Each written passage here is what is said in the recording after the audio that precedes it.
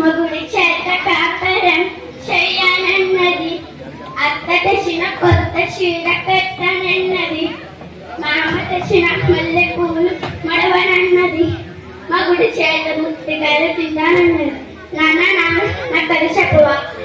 అమ్మా వెళ్ళి మీ అమ్మని అడుగమ్మా, నాకు చాలా పని ఉంది. అమ్మ నాకు అది చెప్పవా? నాన్న పనుందంట. అవునా, ఏదో పనున్నాడా? నాకు తెలుసు, ఎప్పుడు ఇంతే. కూడా తెలియదు నాకు మంచిలో పనున్నామా, వెళ్ళి మీ నాన్న అడుగుపోతాను. మీరిద్దరు ఎప్పుడు ఇంతే, కలిసి చెప్పవి బాధపడు. అసలు నేనేమడిగిన పనింది అంటారు. నాన్నమ్మ నాకు అది చెప్పవా? నిన్నట్లాగే నా బంగారు తల్లి, నా చిట్టి తల్లి, అలా పెరట్లోకి వెళ్ళి చెప్తున్నాం రామా. ఇంటి ఏదో పాచిపోయిన వాసన వస్తుంది. అదే లేదండి, నేను మిగిలిపోయిన ఉప్మా ఉంటే పడేయడానికి వెళ్తున్నా. అంత మిగిలిపోయిన ఎలా చేసావే? ఇది దిగొస్తారని. దీని పేరు ప్రభావతి, కోపం చాలా అతి, అస్సలే లేదు మతి, ఇది చాలా పెద్ద కోతి, పొగిలిద్ది మూతి. అబ్బో ఇంత చేసే పాడేసే వద్దు, ఆ ముసలిదానికి పడితే పోలా. అత్తయ్య, ఓ అత్తయ్య, మీకోసం ఉప్మా చేశాను తిన. అమ్మా ప్రభావతి, ఇది పాచిపోయిందమ్మా, నేను తినలేను. ఆ పాచిపోయిన కోసం వేడివేడిగా జీడిపప్పులు వేస్తామంటారా? పాచిపోయిందంటే పాచిపోయింది. అయినా ఈ వయసులో అంతంత తిని ఒలింపిక్స్ కి వెళ్ళి పరుగులు పోయారా ఏంటి? సిగ్గు లేకపోతే సరే, చిచ్చి పెట్టింది తిను, లేకపోతే ఒక మూల పడుండు. ఏమైంది ఇప్పుడు? నీకేమైందే? ఇంట్లో నేను ఇంతమందికి సహకరి చేయలేనండి. అంత గొప్ప సేవలు ఏం చేశావే? ఇంకా ఏం కావాలండి? మీరు పొద్దున్న ఆఫీస్కి వెళ్తారు, బాగా స్కూల్కి వెళ్తుంది, ఆ ముసలానికి సేవలు చేయలేనండి. సరే సరే, ఇప్పుడు నన్ను ఏం చేయమంటారు చెప్పు. నేనన్నా ఉండాలి, ఆ ముసలిదన్నా ఉండాలి, ఇప్పుడే చెప్పండి. ఈ వయసులో ఆమె ఎక్కడికి వెళ్తుంది?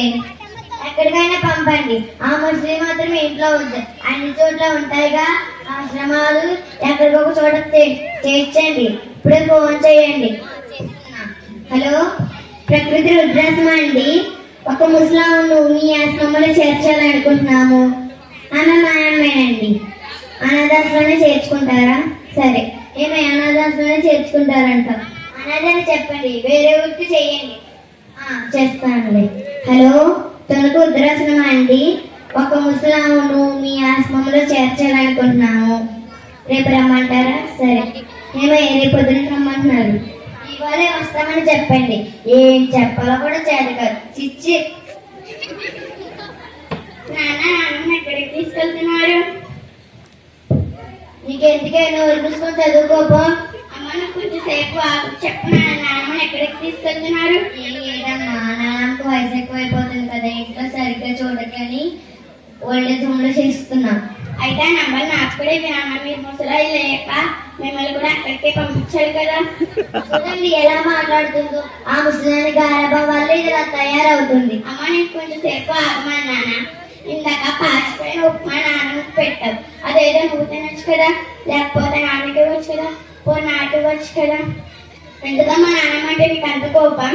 అయినా నీ తెలివైంది నాన్న. చిన్నప్పుడు నువ్వు నన్ను ఎంత బాగా చూసుకున్నావు, నాన్న కూడా నిన్ను ఎంత బాగా చూసుకుంది కదా నాన్న. నాన్న కూడా నిన్ను అంత బాగా చూసుకుంది కదా నాన్న.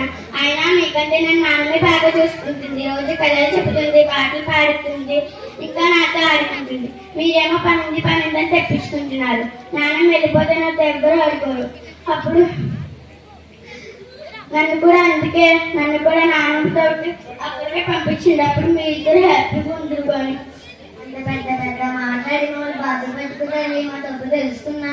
మరి నాన్నమ్మ బాధపడదమ్మా? మా తప్పు తెలుసుకున్నాం తల్లి. నన్ను కాదు, నాన్నమ్మ కాళ్ళ మీద పడి క్షమించమని అడిగాను. తెలుసుకోలేకపోయే మధ్య సేవించండి. లెగండి, మా నాన్నమ్మ బంగారం క్షమించేస్తుంది.